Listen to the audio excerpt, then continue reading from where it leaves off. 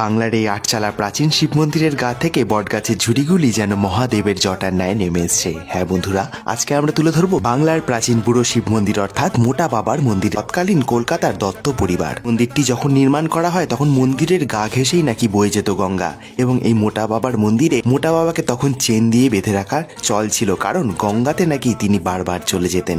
এটি লোকমুখে শোনা যায়। সেই থেকেই এই মোটা বাবার মন্দির অনেক জাগ্রত হয়ে ওঠে। মন্দিরের 3টি দরজা আপনারা দেখতে পাবেন। শিবলিঙ্গ এতটাই বড় যে পাশে রয়েছে একটি লোহার সিঁড়ি। সেই লোহার সিঁড়ি থেকে শিবলিঙ্গর মাথায় জল ঢালার যে প্রক্রিয়াটি, সেটি আপনারা এই লোহার সিঁড়ির মাধ্যমে উঠেই কিন্তু সম্পন্ন করতে পারেন, কারণ আমাদের মোটা বাবা এতটাই বড়। বাংলার সংস্কৃতি, ইতিহাস এবং ঐতিহ্য হচ্ছে বাংলার এই আটচালা মন্দির। এই আটচালার মন্দিরের মধ্যেই স্বয়ং অধিষ্ঠান করছেন বুড়ো শিব বাবা অর্থাৎ মোটা বাবা। প্রত্যেকটাই মন্দিরের ইট কাঠ পাথর কিন্তু জ্বলন্ত ইতিহাসের সাক্ষী।